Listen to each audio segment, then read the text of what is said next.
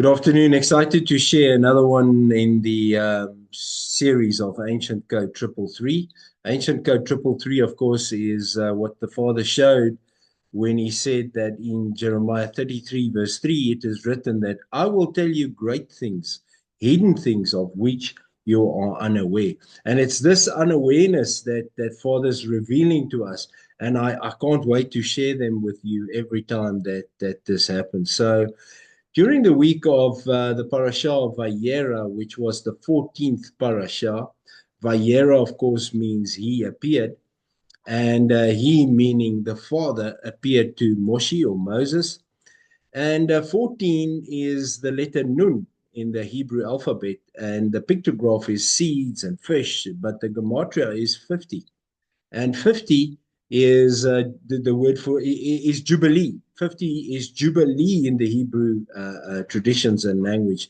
And there will be Jubilee, there will be joy, there will be a festival when Yutevave, the Father, appears, and we are aligned with Yeshua, our hearts aligned with Yeshua, we will jump for joy and we will be in a state of Jubilee. That is for sure. So in during this week of Vayera, we had I was walking into the tabernacle the one morning, met with Yeshua, and we walked through, acknowledged my sins and purification fire, and I came with Yeshua to the holies. And this specific morning in the tabernacle, I just received this different revelation from the Ruach and the menorah. You know, when you walk into the tabernacle, into the holies, the menorah is on the left-hand side, right in front of you, and the menorah resembles the sevenfold spirit of Most High God, as is explained in Isaiah 11. But it starts with the truth, but we'll get into that a little bit more now. What I actually just wanted to reveal prior to that is that we had as I felt the spirit of Yute Vave while walking with Yeshua. I just felt this overwhelming presence of the spirit, and I saw this picture all of a sudden. It's like you in this and you cramped in, and you it's like you are so uncomfortable because of this power and this presence and this. You're just overwhelmed, totally overwhelmed. And then all of a sudden it's like the chains are broken, and God showed this picture, and he said, as truth, wisdom, and understanding dominates your inner person, your heart, your being, your thoughts, everything inside of you, all your being and all your resources, you will be able to understand my counseling, which is the fourth spirit, the fourth characteristic. And when you understand my counseling, and when the truth, wisdom, and understanding reveals my counseling, then my counseling will make sense to you, because I cannot just give you the counsel without the first three. So the counseling will then make sense to you, and it will be a step-by-step structure for you that makes sense, like a pathway illuminated step by step as you walk. And then you will receive power, because when my counsel is done and the process of number 4 is fulfilled, you will receive power, and you will have the power, and you will have the knowledge to overcome any situation that you find yourself in, and then you will move into my reverence, and you will have the gratitude in my reverence for overcoming this situation through the presence of the Holy Spirit, the Ruach HaKodesh inside of you. Now, in Matthew 7, verse 13 to 14, and I'm reading it to us from the Amplified Bible. Yeshua said, "Enter through the narrow gate. For wide is the gate, and broad and easy to travel is the path that leads the way to destruction and eternal loss. And there are many who enter through it. But small is the gate, and narrow and difficult to travel is the path that leads the way to everlasting life. And there are few who find it. And it's amazing that that as we let me just share my screen there. There we go. And this narrow path is something like this. Imagine it's something like this that you have to drive through. It's like, ooh, I'm gonna make it. What about the rocks falling from the top? It's a narrow path. It's not a wide path. It's a narrow path that forces you into a certain direction. So it's not easy. It's not easy to follow the narrow path of God. We all experience that. We all know that. There's a lot of things in life that's easy, and the broad way is fun, a lot more fun, and it's easier. But the narrow way takes you out of your comfort zone and puts you in a spot where you actually are unable to see what is around the corner. You can't see it. And you're also unable to clearly see out from above. You can't really see it. And it's this narrow path that you allow yourself into. And when you enter this narrow path, you know, and I know, that we have to trust. And the only way out of this narrow path is through trusting. And this trusting is what at the end of the day strengthens us. So I have something interesting to share with you. And that is the Hebrew word for narrow. And the Hebrew word for narrow is the word tsar. So let's write that. We have a tzadi.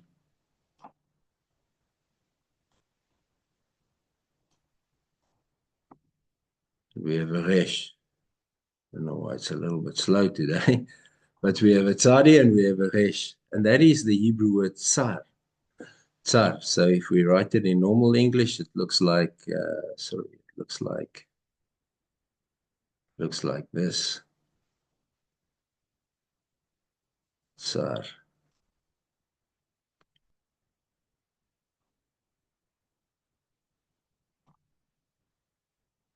Tsar.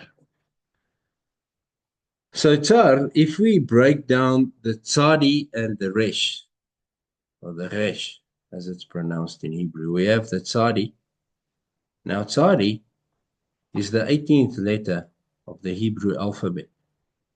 And it's the very same as the Hebrew word. So the gematria resembles the Hebrew word chai. And do you know what chai means? Chai means life. Life. So when you and I choose the narrow, the tsar, we choose life. Even though if we look at that first picture, it seems like the difficult road. It's the road to life.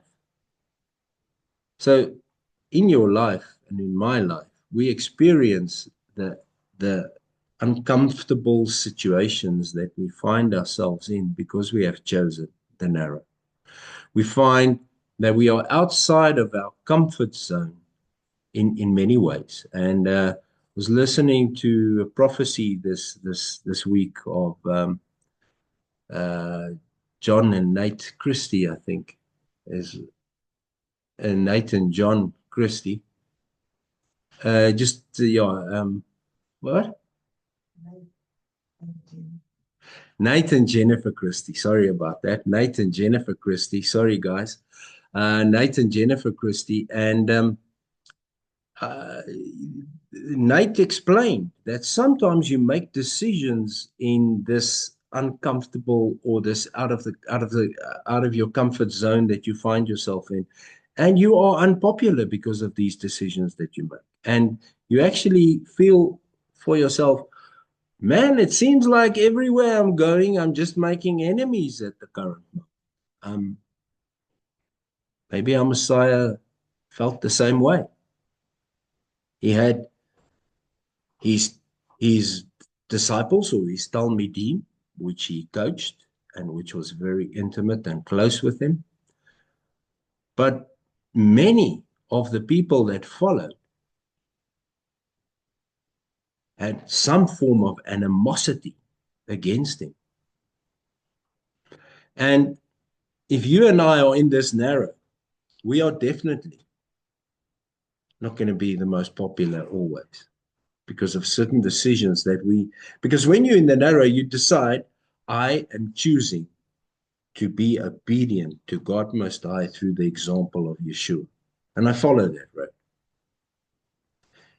And that's not the most popular decision always. But this is how we can be encouraged because the tzadi, which at the end of the day brings life, and combined with the resh, which is the 20th letter of the Hebrew alphabet, and that 20th letter means authority, because the number 20 in Hebrew is the number when men and women are considered matured for service in the army. And it's a time to be counted. So right from the time of Moshe, when the Israelites were traveling through the desert, 20 was a significant number in the sense that it's the time to be counted. It's time where I am in authority. So if you combine that, the Chai, which is life, and you receive the authority from Most High God through his sevenfold spirit, that's tzar. That's following the narrow road. And that is actually following the truth. The truth. And the truth takes over inside of us because we every day, in every second, in every decision that you and I make, we must allow the Spirit of Most High God to fully take over, to dominate every single thought in my entire being, so that this truth, remember Yeshua, he said in John 15, verse 26, the Spirit of truth that keeps going out from the Father. So imagine this picture. You've got this picture of the truth flowing from Father, this enormous being, majestic being, which we will not survive if we see it. Father clearly explained that to Moshe, I cannot allow you to see me because you will not survive. And therefore, the Israelites were so scared when Father came to, when his Shekinah came into the tabernacle or the tent of meeting, that they didn't want to go close. So there is no way, but this truth flows from Father and it flows into Yeshua because everything was made through Yeshua, and without him, nothing made had been. So, in other words, this truth flows through Yeshua. And then a portion of this truth is allocated to you and to me. We have our portion of truth that we receive every single day. And I clearly see this picture every single day that I'm in the tabernacle with Yeshua, that my portion is allocated to me. And if I allow that portion to dominate inside of me, I will know the truth. And I will know that Yeshua is the Son of God and he is my salvation. And that gives me authority to walk in boldness in this life. That's the truth. And I should allow that truth to dominate inside of me while walking on this straight and narrow, or this narrow road. Even though it's unclear way to, even though there's a lot of things that needs to be clarified, it will be clarified, illuminated step by step. And that brings us to the wisdom from above, where we make deliberate decisions for the wisdom from above, which in John 3, verse 17 is clearly explained that it's first of all pure, then peaceful, kind, open to reason, full of mercy and good fruits, without partiality and without hypocrisy. Let's go back a step and let's listen carefully. The wisdom from above is first of all pure, then peaceful, pure, peaceful, kind, open to reason. My way or no way? No, open to reason, open to reason. Full of mercy and good fruits. I've told these people so many times what to do and they still don't understand it. Yes, and how many times have God told me what to do and I still don't understand it? What's the difference? Without partiality and without hypocrisy. That's the wisdom from above. So we have the truth. We have the wisdom from above that dominates in us.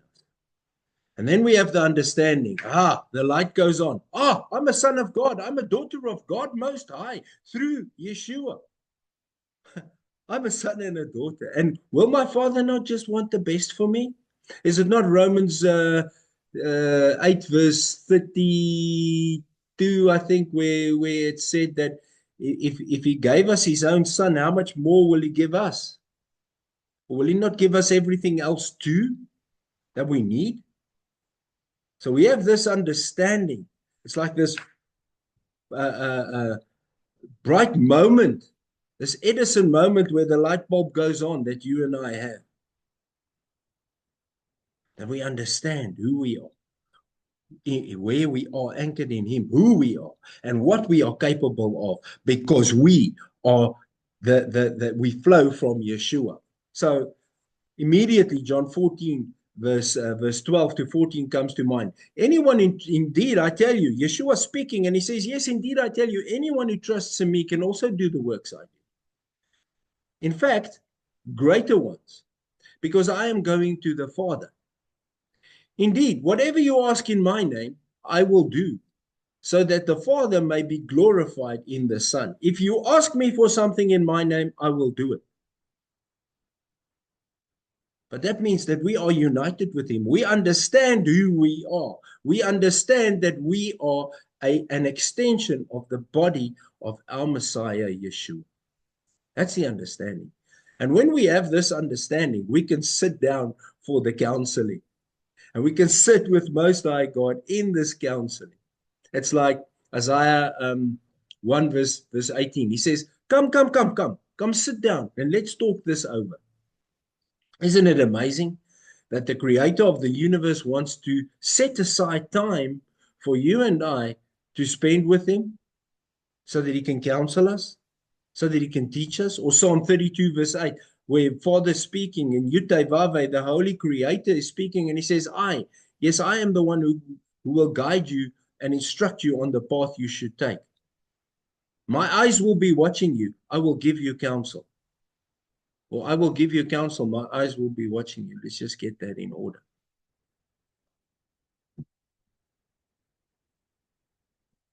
Isn't it amazing? It's like Father wants to sit down with us and have a cup of coffee with us. How amazing is that? He wants to counsel us. He wants to teach us. And when we have the truth, the wisdom, and the understanding, we are at the position where we can sit at this table and understand the counseling that he's giving us. And understand that, yes, it's difficult. It's hard for me to do and stay on this narrow road. It's hard for me to be outside of my comfort zone. Sometimes it's hard for me not to receive recognition when I work hard. It's hard for me. But I know my recognition is from you and not from people. Sometimes it's hard not to be as popular as I wanted to be. But at the end of the day, it's not about the popularity. The counseling will strengthen us to continue. And when we continue in this counseling, we will receive the power. The power to not care whether I'm popular or not, but to do, to shema. Remember, hear, listen, obey, react, understand. To the power to shema. to shema and do as God has instructed, the power to hear that voice and distinct that voice from all the other voices and be able to action what God has wanted me to do. The power. And with that power comes the knowledge. The knowledge to understand, do I make short-term decisions? Do I make long-term decisions? What's God's plans for me? Is God plans for me? What is his plans for me in the short term? What's his plans for me in the long term? To hear his voice and to understand how to implement these plans that he gave to me. So that we are, picture that God showed me one day was that when you drill for water, right? This drill is it's hitting the earth, and it's drilling deeper and deeper and deeper to find the source of water. And when it finds the source of water, bang, and the water spurts out at the top. It's this fresh water. It's like the best you've ever tasted. It's better than Coke. It's better than Coca-Cola. And this water is like coming from the deep within the earth. And it's like this fresh, crystal clear water. And may the words from our mouths, because of our inner being filled with this sevenfold Spirit of God Most High, that the words coming from our mouth will be like this water, crystal clear, to quench the thirst of the citizens of the kingdom, those so chosen by Most High God. And then we have this gratitude and this reverence when you look around you and you realize that, yes, it is straight and narrow. But sometimes in this straight and narrow, we have like this service stations, this one stops that where you can have a pie and a Coke or a milkshake or a coffee or whatever the case may be. And you have this feeling of gratitude for what God has taken you through on this narrow. And he's always there. He's never going to leave us. He's always there with us and for us to take us through this. And we have this enormous gratitude towards him. Thank you, Yutevave, for taking each and every person that listened to this through uncomfortable situations. And when we stick on the narrow, when we are obedient in your instructions, staying on the narrow, that we receive whatever we prayed for in your time, and whether in your way, not maybe in our way, but in your way.